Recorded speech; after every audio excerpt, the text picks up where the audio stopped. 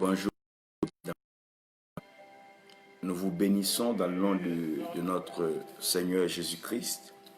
Nous savons que cette nouvelle année, cette nouvelle saison nous permettra de comprendre plusieurs vérités et surtout nous rapprocher davantage de notre Dieu au travers de notre Seigneur Jésus-Christ et les enseignements inspirés du Esprit. Ce monde est si beau lorsque nous le comprenons de la part de Dieu et tragique, dangereux et incertain lorsque nous manquons de comprendre, sinon d'entendre la voix de Dieu qui nous conduit dans la victoire et surtout dans la gloire de Dieu. Tous ont une mission sur la terre et chacun doit prendre plaisir à accomplir la mission que le Seigneur lui. Aujourd'hui, je voudrais, si vous me permettez, et comme le Saint-Esprit nous permet,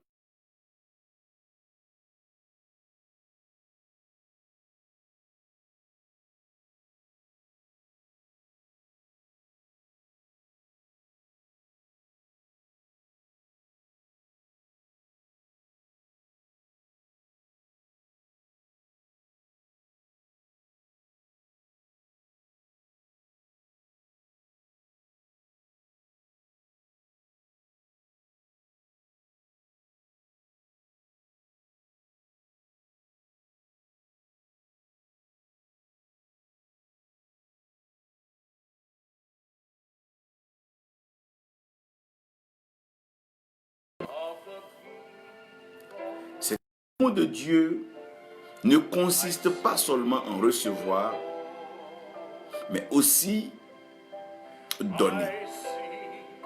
Donc si nous sommes d'accord que nous devons recevoir de la part de Dieu, nous devons nous accorder que nous devons aussi donner à Dieu.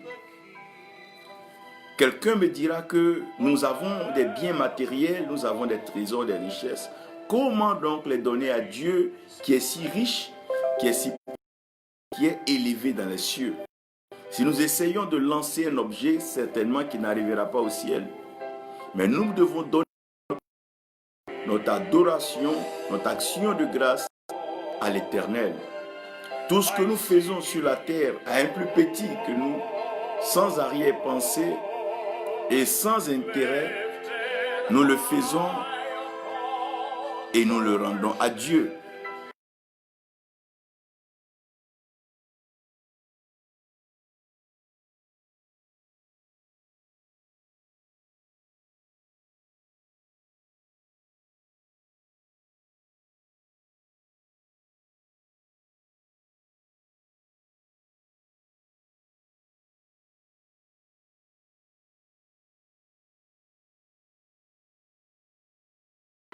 Nous faisons cela pour Dieu. C'est alors que nous donnons à Dieu, nous rendons à Dieu la version de l'amour que nous avons. De la main que Dieu te bénisse, Sérégué, Hubert, que la grâce de Dieu repose donc sur ta vie. Cela veut dire que tout ce que nous recevons de Dieu, tout ce que Dieu nous a transmis comme valeur, comme trésor, comme richesse, nous devons aussi donc le donner, nous devons aussi transférer, transmettre cela à ceux qui donc ont le besoin et qui sont. C'est bien donc cette illustration que nous aurons dans cette phrase fondamentale que le Seigneur et donc Paul va traduire. Quand il dira qu'il y a plus de joie à donner qu'à recevoir. En d'autres termes, celui qui donne doit être plus heureux, sinon est plus heureux que celui qui reçoit.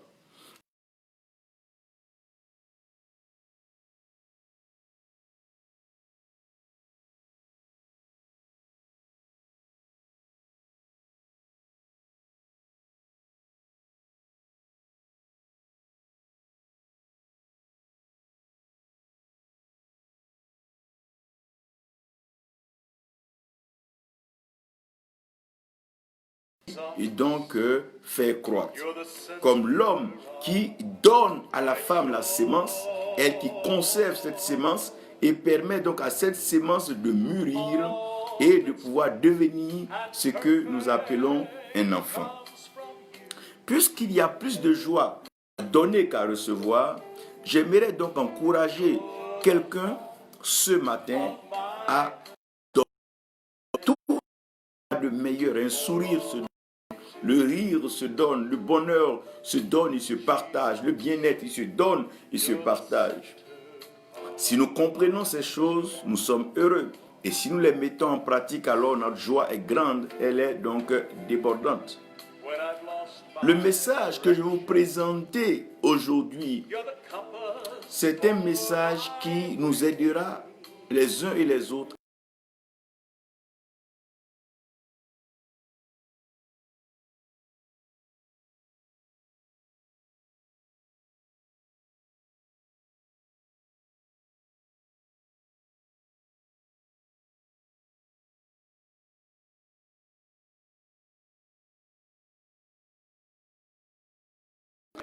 et le système de la terre. Donc au commencement, Dieu crée les cieux et Dieu crée la terre.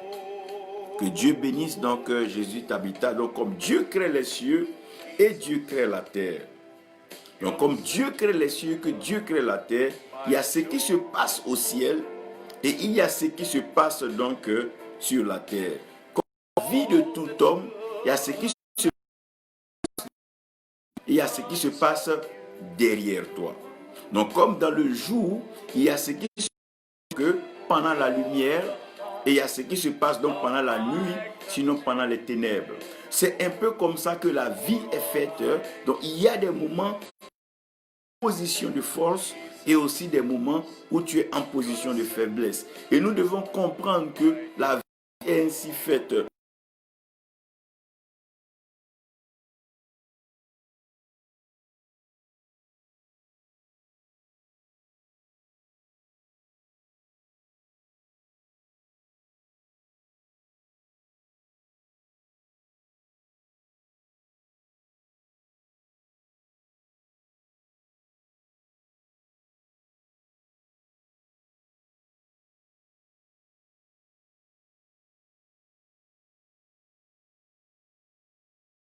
Une seule fois, et après la mort de l'homme, il viendra le jugement. Et le jugement va nous permettre maintenant de pouvoir nous engager dans deux différentes directions. Ceux qui auront donc été approuvés par Dieu, qui auront fait selon que Dieu leur a dit, soit obéissants, donc soumis à la volonté de Dieu, iront bien sûr vers le royaume de Dieu, parce que sur terre, ils ont présenté. Donc Dieu est le sens de leur vie. Maintenant, ceux qui manqueront donc de prouver cela auront donc malheureusement pas cette grâce de pouvoir vivre avec Dieu et ils se retrouveront ailleurs, que nous appelons bien sûr l'enfer, qui est donc le lieu où Dieu n'est pas manifeste, Dieu n'est pas présent, et donc c'est un lieu de pleurs, de grincement de dents, un lieu de paix. Mais je prie que vous puissiez être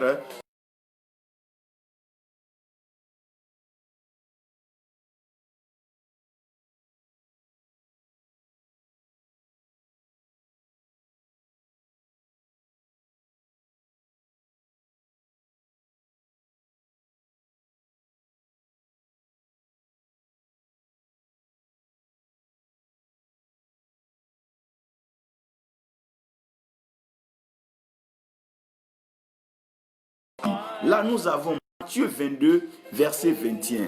Je vais vous lire ça, mais permettez-moi donc de vous présenter des versets que vous connaissez et c'est important. Que Dieu bénisse le révérend Kombil et le prophète Esaïe Kwame. Le Seigneur Jésus-Christ est engagé dans son ministère et pendant qu'il est en train d'exercer son ministère comme tout serviteur de Dieu aujourd'hui, comme tout enfant de Dieu amené donc à accomplir la tâche donc du Seigneur sur la terre, il sera donc approché par ses disciples. Et pendant qu'il est approché par ses disciples, une mentale est adressée donc aux disciples et aussi donc au Seigneur. Et la question donc est présentée au Seigneur, mais au travers de ses disciples, la question est celle-ci. faut-il donc payer les impôts? Donc, si nous devons payer les impôts, alors Seigneur, dis-nous. Si nous ne devons pas payer les impôts, alors dis-nous. Que devons-nous faire que nous sommes servi Dieu? Si nous sommes donc amenés à faire les mêmes choses que le monde fait, dis-nous. Mais si nous avons une autre façon de faire, alors explique-nous. Il leur demande alors, présentez-moi une pièce. Si nous devons payer les impôts, nous devons payer les impôts dans une devise. Et cette devise-là peut avoir donc des billets comme peut avoir des pièces. Mais j'aimerais que vous me présentez une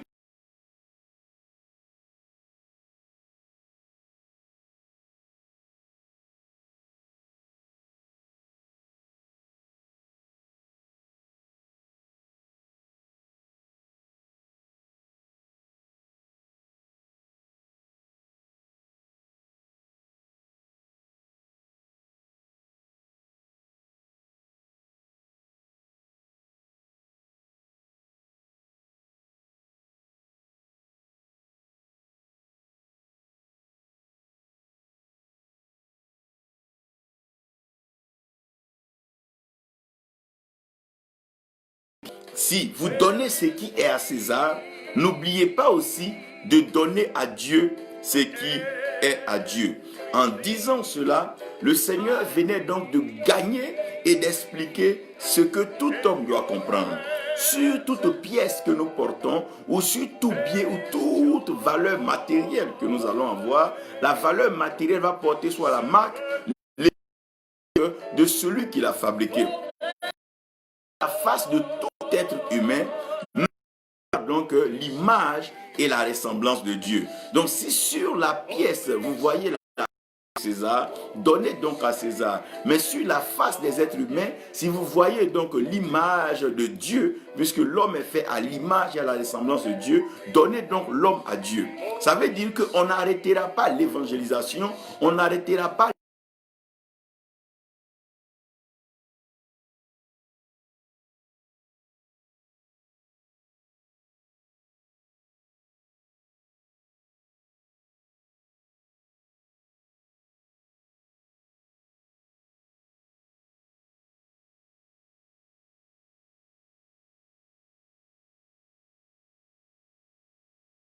la pièce qui revenait de droit à César. Mais qui regardait donc la pièce devait savoir qu'ils tenaient devant un miroir, ils étaient pleinement à l'image et à la ressemblance de Dieu. La Bible dit, et Dieu dit, faisons l'homme à notre image et selon notre ressemblance, afin que l'homme donc puisse dominer. Nous allons directement dans la prière et je commence à vous parler. Père céleste, tu as l'autorité spirituelle suprême. Tu règnes dans le ciel et sur la terre, tu accomplis tes œuvres. Viens par ta parole, fais-nous du bien. Inspire, arrose-nous, fortifie, établis-nous dans ta foi, afin que nous puissions croître par l'espérance et demeurer dans ton amour pour voir l'accomplissement total de ta promesse et les bonnes œuvres que tu as prédestinées pour nous sur cette terre. Oh, arrose-nous en nous faisant du bien.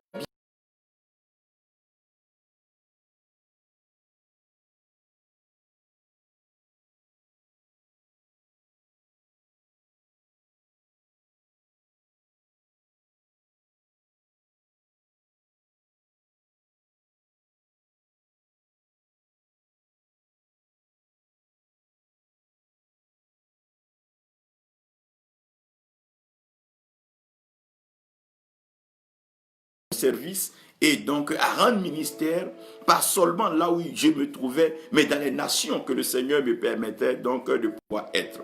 Je me suis donc rendu compte que ça ne serait pas facile parce que le monde n'est pas forcément comme nous le pensons et le monde n'est pas toujours ce que nous croyons être.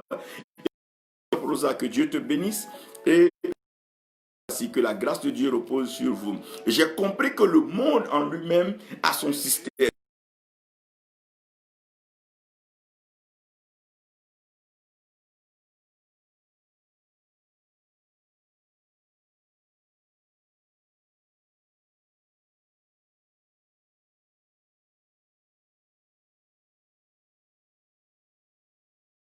Du système du ciel.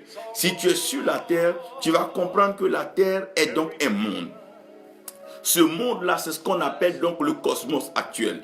Lorsque Paul est en train lorsque Jean est en train de s'adresser à l'église, lorsqu'il parle dans Apocalypse 21, il dit que le monde actuel là est passé. Il parle donc que le ciel, ce système-là est passé et il y avait une nouvelle terre, il y avait un nouveau ciel. Et à cause de ce nouveau ce qui descendait de ce nouveau ciel, c'était une nouvelle cité, une nouvelle conception de la vie qu'il appelle donc, selon la Bible, la Nouvelle Jérusalem. Donc c'est la cité du grand roi et c'est la cité dans laquelle la gloire de Dieu va demeurer, donc elle va habiter avec nous.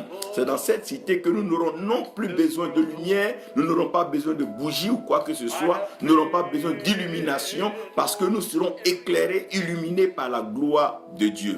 Pendant que nous sommes sur la terre, vous devez comprendre que le système de la terre, de ce côté là-bas, du côté là-bas, c'est l'argent ou rien et tout est matériel. Frère, vous devez comprendre qu'aussi longtemps que vous êtes sur la terre, aussi longtemps que vous allez avoir donc à collaborer avec tout système de la terre et du monde, vous allez comprendre que c'est l'argent ou rien. L'argent sera donc à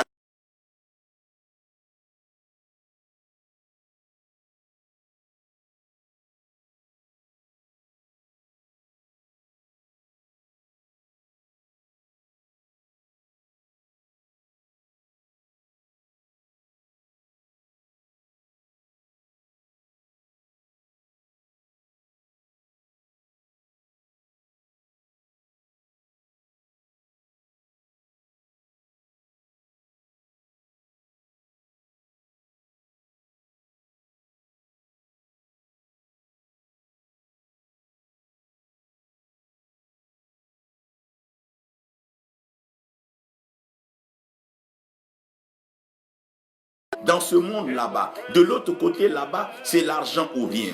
Tu iras partout sur la terre, c'est l'argent ou rien.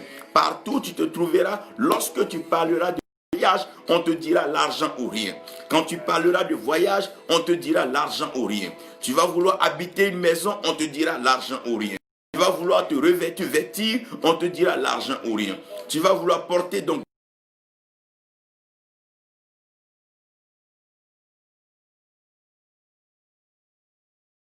d'instruire tes enfants, les mettre à l'école et leur permettre d'avoir une connaissance pour pouvoir aiguiser leur intelligence, on te dira l'argent ou rien.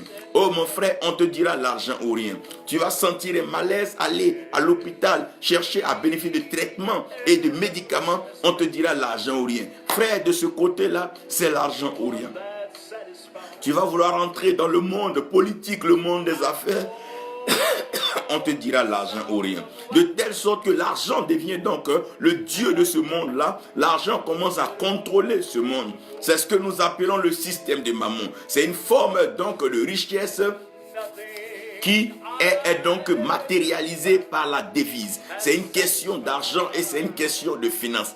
Tellement que c'est une question, tout le monde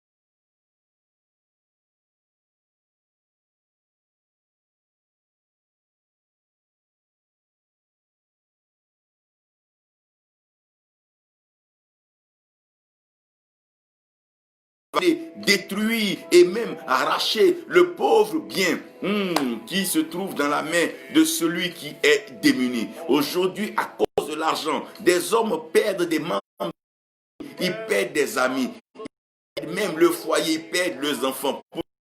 Pour ce monde là-bas, ce que vous voyez là-bas, là-bas c'est l'argent ou rien. De ce côté là-bas, c'est de l'argent ou rien. Tu ne peux pas te permettre de t'apparaître avec un discours. Non, ils n'en ont pas besoin. C'est l'argent ou rien. Tu viendras, tu leur diras, Dieu m'a dit, non, non, ça ne les intéressera pas. C'est l'argent ou rien. Tu viendras avec une vision profonde, pure pour développer. On te dit rien. Tu viendras même avec des méthodes révolutionnaires